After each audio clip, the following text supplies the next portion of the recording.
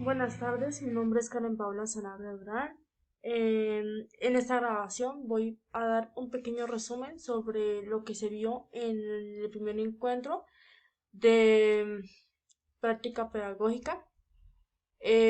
Para este encuentro se habló de la entrevista, encuesta para la entrevista y la encuesta para actores, grupos focales. Tenemos que las técnicas o instrumentos para la recolección de información. Hoy en día tenemos muchos instrumentos para poder recolectar información. En primer lugar tenemos la observación directa.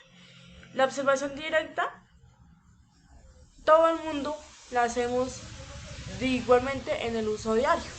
Por ejemplo, cuando salimos a trabajar o a estudiar o a hacer alguna diligencia, la realizamos y al final del día, cuando llegamos a la casa, entonces nos ponemos a recordar de pronto lo que hicimos, a dónde fuimos, con qué nos encontramos.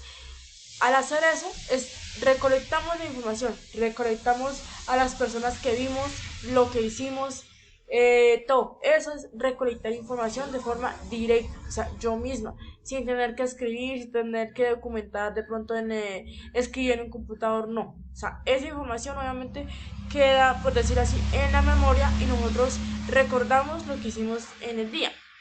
Tenemos el análisis documental, que es el hecho de guardar los documentos. Por ejemplo, en un colegio guardar los documentos de los niños, los papeles de los padres de familia, los contactos. En una universidad también guardan los contactos de la universidad, los trabajos. Cada profesor, cada docente tiene una documentación, ya sea los estudiantes, y uno en casa también guarda información, documentos. Eso es un instrumento para recolectar información. Y tenemos el análisis de contenido. Se puede ver cómo en un computador uno tiene guardado, digamos, información. Entonces uno al analizar quiere decir leer el contenido de qué es, ahí va recolectando información. La entrevista y encuesta para grupos focales.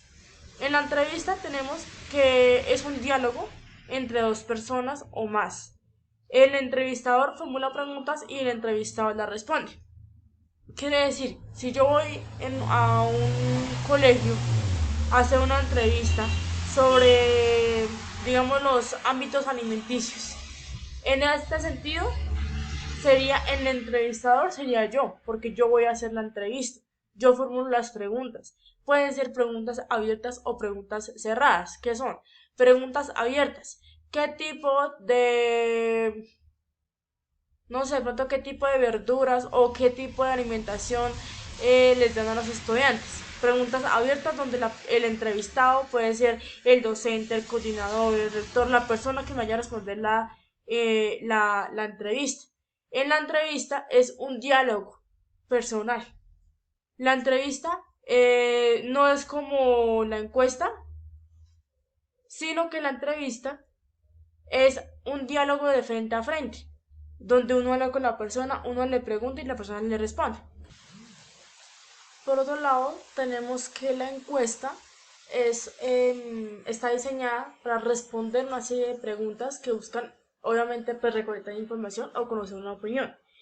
Sobre la encuesta, digamos que es lo mismo que una entrevista, solo que en el sentido de que la entrevista pues es un diálogo. La encuesta es escribir preguntas, digamos, en un formulario y pasarle ese formulario a la persona que va a hacer la encuesta. De esa manera pues se puede también recolectar información. El grupo focal es un grupo de enfoque, es una técnica también cualitativa de estudio donde la gente cambia opiniones, ideas, se resuelven dudas, inquietudes y se puede llegar a un acuerdo de algún tema determinado.